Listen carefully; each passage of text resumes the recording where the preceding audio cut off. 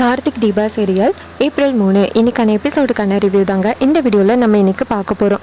என்ன நடக்குதுன்னா, அந்த ஐஸ்வர்யா நேராக அந்த ரவுடிக்கு கால் பண்ணி, இங்கே பாரு, நீங்கள் ரவுடிங்க பக்கத்தில் இருக்கிறானுங்கள, அவனுங்களில் 2 பேர் ஒருத்தனை கார்த்தி வந்து கண்டுபிடிச்சிட்டான். இந்த தீபா அடையாளம் சொல்லிட்டா, அதனால் கொஞ்சம் சேஃபாக இருங்க.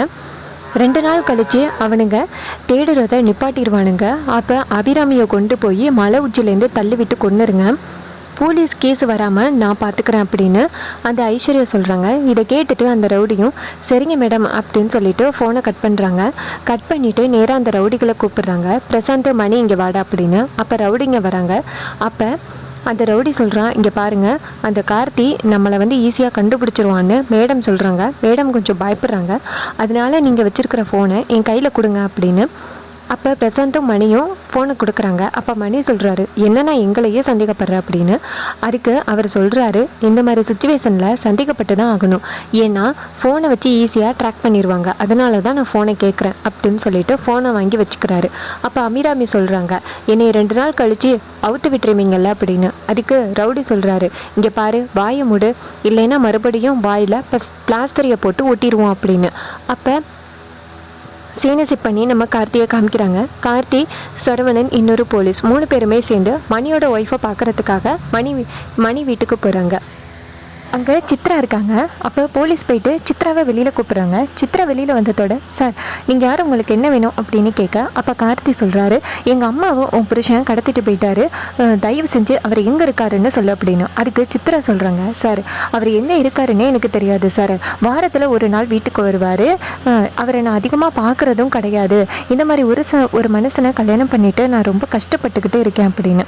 அப்போ கார்த்தி சொல்கிறாரு, ஒரு நல்ல காரியத்துக்காக தான் அவர் எங்கே இருக்காரு அப்படின்னு நாங்கள் கேட்குறோம். எங்கள் அம்மா ரொம்ப பாவம், அவங்க வயசானவங்க, அவங்கள கடத்தி கொண்டு போய் வச்சு டார்ச்சர் பண்ணிக்கிட்டு இருக்காரு உங்கள் புருஷன், அதனால தயவு செஞ்சு அவர் எங்கே இருக்காருன்னு சொல்ல அப்படின்னு. அப்போ போலீஸ் சொல்கிறாரு, நீ மட்டும் சொல்லிட்டேன்னா நாங்கள் வந்து குறைஞ்சபட்ச தண்டனை கொடுப்போம், அப்படி இல்லைன்னா உன்னையும் அழைச்சிட்டு போயிட்டு உனக்கும் ஜெயில் தண்டனை கொடுக்குற மாதிரி இருக்கும் அப்படின்னு. இது கேட்டுட்டு கார்த்தி சொல்கிறாரு, இங்கே பாரு, நீ சொல்லலைன்னாலும் 2 நாளில் போலீஸ் கண்டிப்பாக உண்மையை கண்டுபிடிச்சிருவாங்க, கண்டுபிடிச்சா அதிகபட்ச தண்டனை தான் கிடைக்கும், அதனால நீ இப்போவே சொல்லிட்டா நல்லது அப்படின்னு. அப்போ சித்ரா சொல்கிறாங்க, சார் என்கிட்ட மட்டும் தனியாக பேசுகிறதுக்காக அவர் ஃபோனு ஒன்று கொடுத்துட்டு போயிருக்காரு, அந்த நம்பருக்கு அர்ஜென்ட்டு நான் மட்டும் கால் பண்ண சொல்லியிருக்காரு அப்படின்னு. அப்போ போலீஸ் சொல்கிறாரு, போயிட்டு அந்த நம்பரையும் ஃபோனையும் எடுத்துகிட்டு வா அப்படின்னு. சித்ரா போயிட்டு எடுத்துகிட்டு வராங்க. அப்போ போலீஸ்கிட்ட அந்த நம்பரை கொடுக்குறாங்க. போலீஸ் அவருடைய ஃபோனில் அந்த நம்பரை ஏற்றிக்கிறாரு. அப்புறமா அந்த ஃபோனில் நேராக அந்த மணிக்கு கால் பண்ணுறாரு. பக்கத்தில் பாக்கியான்னு ஒருத்தவங்க இருக்காங்க. அவங்க கிட்ட அந்த ஃபோனை கொடுத்து, இங்கே பாருங்கள், சித்ராவுக்கு திடீர்னு பிரசவ வலி வந்துட்டு நீங்கள் வந்தால் தான் ஆப்ரேஷன் பண்ணலாம்னு சொல்கிறாங்க அப்படின்னு மணிக்கிட்ட சொல்லுங்க அப்படின்னு சொல்ல, அந்த அம்மாவும் சரி சார் அப்படின்னு சொல்லிட்டு நேராக அந்த மணிக்கு கால் பண்ணுறாங்க. அப்போ மணி வந்துட்டு அந்த ரவுடி பக்கத்தில் இருக்கிறதுனால ஃபோனை எடுக்கலை. 2-3 தடவை கால் பண்ணுறாங்க பாக்யா. அப்போ ரவுடி இந்த பக்கமாக வந்துட்டு அட்டன் பண்ணி, சொல்லு சித்ரா என்னாச்சு அப்படின்னு கேட்க, அப்போ பாக்யா சொல்கிறாங்க, இது மாதிரி சித்ராவுக்கு பிரசவ வலி வந்துட்டு சித்ரா தான் இந்த நம்பரை கொடுத்து கால் பண்ண சொன்னால், நீங்கள் வந்து கையெழுத்து போட்டால் மட்டும்தான் ஆப்ரேஷன் பண்ணலாம்னு டாக்டர் சொல்லிட்டாங்க, சீக்கிரம் வாங்க அப்படின்னு. அப்போ மணி சொல்கிறாரு, நான் வரதுக்கு 2 நாள் ஆகுமே அப்படின்னு.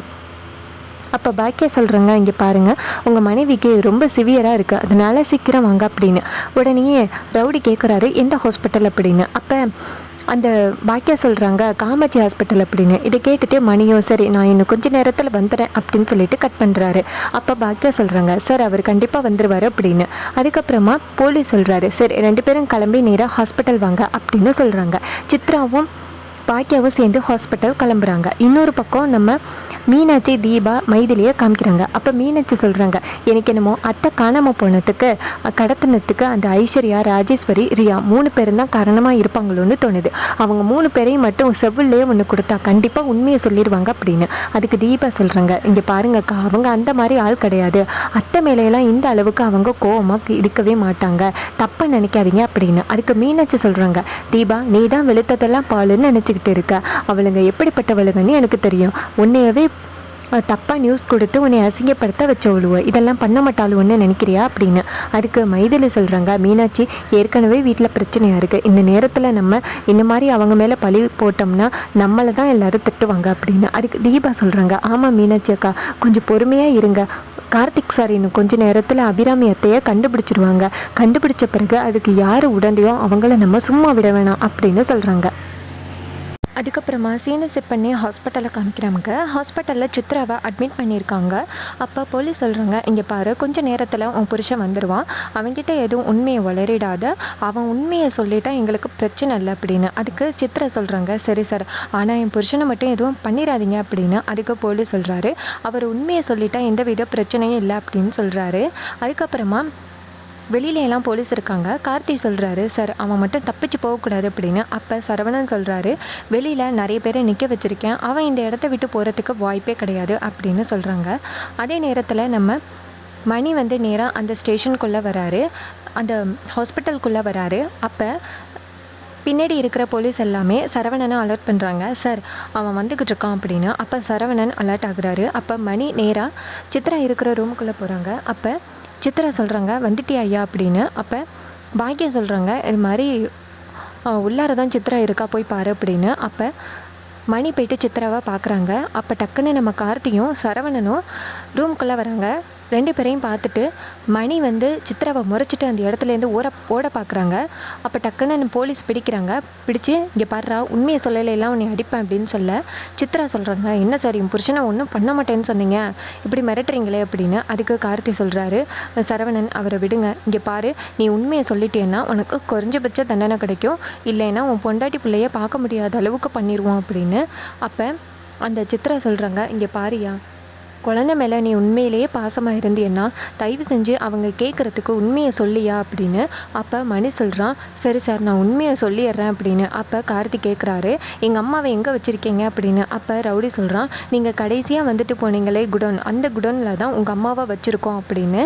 இதை கேட்டுட்டு கார்த்தி ஷாக் ஆகுறாரு. அதுக்கப்புறமா அபிராமியை காமிக்கிறாங்க. அபிராமியை கயிறில் கட்டி வச்சுருக்காங்க. அப்போ அபிராமி கேட்குறாங்க, எதுக்கு என்னை கடத்தி கொண்டு வந்து வச்சுருக்கீங்க, என்ன பண்ண போகிறீங்க அப்படின்னு. அப்போ அந்த ரவுடி சொல்கிறான், இது எல்லாமே எங்கள் சாருக்கு தான் தெரியும், நாங்கள் எதுவும் சொல்ல மாட்டோம் அப்படின்னு. அப்போ அபிராமி சொல்கிறாங்க, என் கையவாவது அவுத்து விடுங்கய்யா அப்படின்னு.